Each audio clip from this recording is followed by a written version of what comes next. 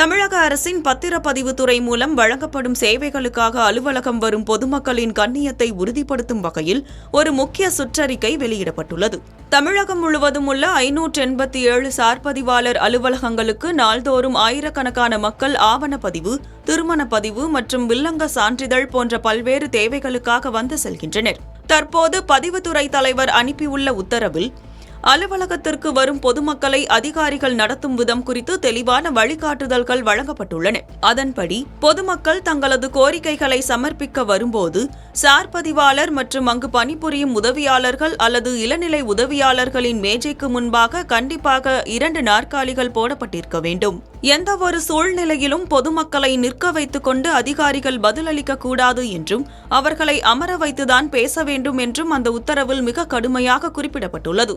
ஏற்கனவே இது தொடர்பான அறிவுறுத்தல்கள் வழங்கப்பட்டிருந்தாலும் சிசிடிவி கேமரா ஆய்வுகளின் போது பல அலுவலகங்களில் இந்த நடைமுறை பின்பற்றப்படாதது தெரியவந்துள்ளது.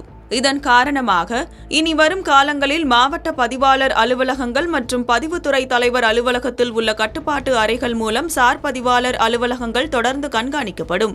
இந்த விதிமுறைகளை மீறி பொதுமக்களை நிற்க வைக்கும் அதிகாரிகள் மீது கடுமையான துறை ரீதியான ஒழுங்கு நடவடிக்கை எடுக்கப்படும் என எச்சரிக்கப்பட்டுள்ளது. இதற்கிடையே இந்த நடவடிக்கையை பில்டர்ஸ் அசோசியேஷன் போன்ற அமைப்புகள் வரவேற்றுள்ளன.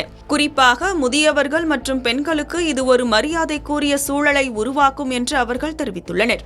அதேவேளையில் சுமார் 80% அலுவலகங்கள் இன்னும் அடிப்படை வசதிகள் இல்லாத வாடகை கட்டிடங்களிலேயே இயங்குவதாகவும் அங்கு போதிய காற்றோட்டம் மற்றும் வாகன நிறுத்த வசதிகளை மேம்படுத்த வேண்டும் என்ற கோரிக்கையும் எழுந்துள்ளது.